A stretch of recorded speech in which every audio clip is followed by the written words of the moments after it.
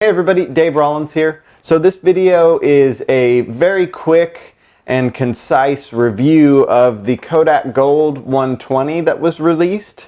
So very exciting news. A lot of people are really hyped for this, and it's a more affordable medium format film stock. So that's super exciting, and major props to Kodak for releasing this, and major thanks to Kodak as well for allowing me to review this film. So let's go ahead and dive right on in. I had to borrow an RB67 in order to shoot this roll. So I processed it using a Bees processor. It's a rotary processor in a Patterson tank.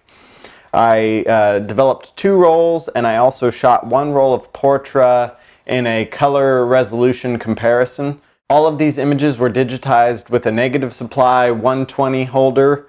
Highly recommend their products. They make great stuff. And I used a Canon 5DSR with a 100mm macro lens and a Paul Seebuff Einstein strobe in color mode as my light source. So now taking a look at Kodak Gold versus Kodak Portra. Both rendered color a little bit differently. The gold seemed to have richer blues, and the reds went a little bit orange.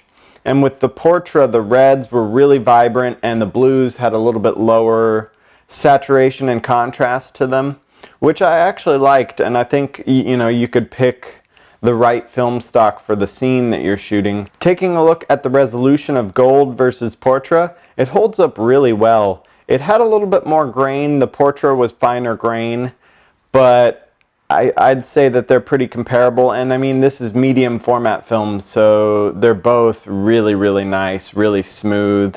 And this is zooming in a lot, so that's something to be considered.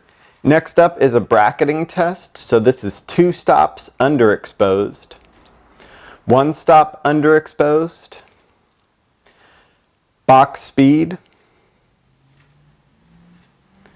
1 stop overexposed, 2 stops overexposed, and 3 stops overexposed.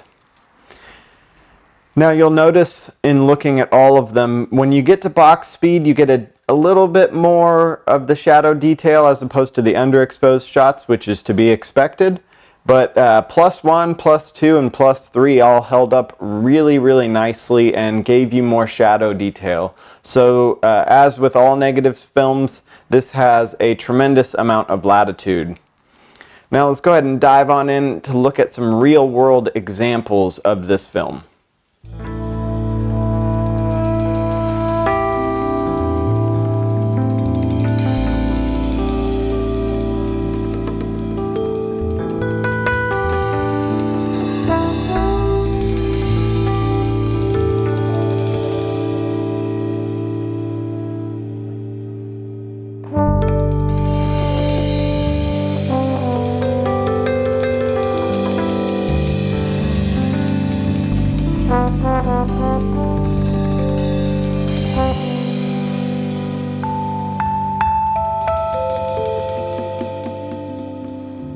Alright, thanks everybody for tuning in. I want to do more of these videos, so I'll have a few more coming out in the following weeks and months here. At the end of each video, I kind of want to just spread love, spread positivity for photography. I mean, this is an amazing community here, and I'm happy to share any knowledge I've got. So, leave your questions in the comments. You can message me on Instagram. It's @Cinedar. And yeah, spread love, spread positivity. Thanks everybody for tuning in.